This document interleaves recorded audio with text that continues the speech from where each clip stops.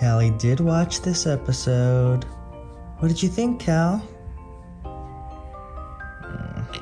She was kind of having a sleepy day anyway. She is purring though, so I think she liked it. Little camera. All right, episode 4 of The Wheel of Time in the books. First off, 100%, this is the best episode there's been so far. Loved it, and I think this episode is a fantastic example of what I've been saying, or what I've been hoping since I heard this series was coming, that I think it could really improve on a lot of what there is in the books, because the books, it's a great story, but there is some editing issues, in my personal opinion, that I think a retelling or a telling in a different venue or different mode, like a TV show, could really, really improve some stuff. And I thought this episode showed it in spades and was absolutely fantastic. So I actually took some notes this time around, so let's go through them real quick. First off, the Logain opener was just fantastic. Everything from, I think, the showing of sort of the madness of the male side of the source to just like how he is like wanting to do slightly differently, but still sort of in a menacing way. I just thought that character they nailed, and I'm really excited to see more Logain because I think he has a great role in the whole series. And I think obviously they bumped up that role from what it was in the books, I think in a really, really good, solid way. And I think showing what a Dragon Reborn could be for the world is going to help explain a lot of things in a very vivid way. So I think this is a great episode. The Aes Sedai politics, we get our first little views of the Aja and relationship between Aes Sedai and warders. All of that I think was explained and done really well. Very smooth in how it came across. And yeah, I just really liked how that was done. Not a ton of like over explanation, but like little things here and there to kind of let you know about different aspects of bonds and gentling and channeling. And there's a lot they have to do to establish this world, and I think they did a good job at that. Not going to spend a long time on this. The Tinkers, I think, are, again, that's like something you have to explain that I think is done really well. Even like small things like the sunset is, the colors of the sunset are in the same hue, like the purpley, orange, sort of bright colors that like they are actual colors of the Tinker in the like scenes themselves and their garb. I think that's just a really nice resonance as like visual and audible storytelling, which I think is really well done. More stuff about the One Tower, I think is really, One Power, describe what it can and cannot do, and then illustrate it for us in the battle at the end, I thought is great. The beginning of sort of Dark Friend Paranoia, that's going to be part of this whole series, I think is good at the beginning of like, Tom, is this guy a Dark Friend? I thought there was that great scene between Matt and Rand, where he's like, what if he like killed that last dark friend just to like make us believe that he wasn't a dark friend? And Matt's like, that would be smart. It just like a fun little thing, and like a good character building all around from Tom to the two boys. And again, that idea of like anyone could be a dark friend. And the stakes, by the way, sorry, I had to readjust because Callie moved. The stakes are already super high after the first couple episodes.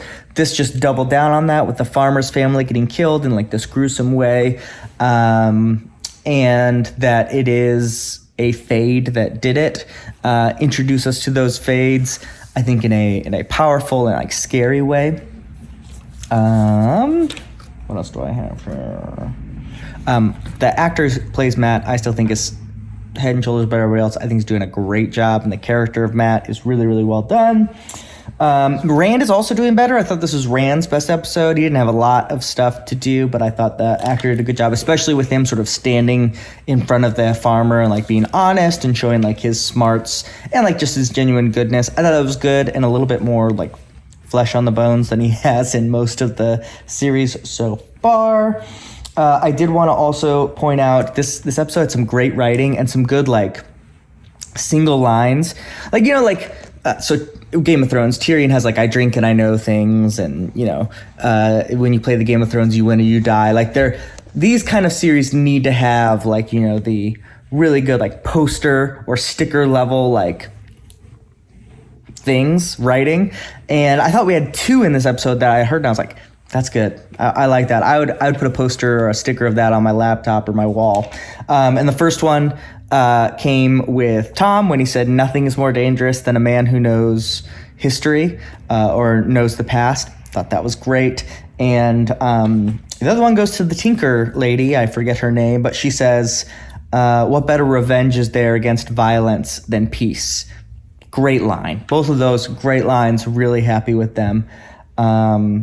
And finally, I'm going to go over obviously the ending. I thought Lan and Nynaeve, that relationship, them growing nearer, I think both of those characters had a great episode, great acting, great writing. I'm already like feeling and caring for them a lot. Probably more than, actually, I'm probably like from a character perspective, most invested now in Lan and Nynaeve and in Matt because of his sisters and his family. They keep pulling on those strings, those heartstrings, and I think they did a great job. And then, of course, the ending. Oh, man. Dope as shit. Great ending. Moraine walking into Loghain's prison after he's broken out, I thought was, like, awesome. Great entrance. Their talk, like the various like fights of the One Power between them is fantastic. So cool. The actual battle with the warders, all of it was so cool on its own. And then the ending scene where Nynaeve is just like, no, and she like shows how strong she is in the power, like that was like goosebumps good. And then on top of that, the gentling ending, all of that, like incredible. I'm even getting goosebumps like thinking about it. Like I thought this episode was head and shoulders better than the first 3. It felt much less like rushed, and things were forced in and sort of like odd dissonant choices. Like I talked about the different like physical locations that they seem to be after Shadar Logaeth. Like it felt like finally at episode 4 the series could breathe a little bit. Things were set up enough where they could like have some good character moments, where they could have some slower happenings, where they can, you know, like exhale.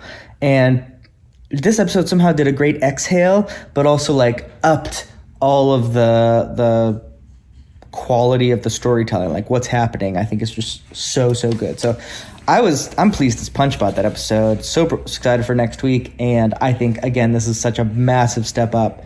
I'm pumped. So big thumbs up for me for episode 4 of Wheel of Time. What did you think? Let me know in the comments below. As always, first in, last out.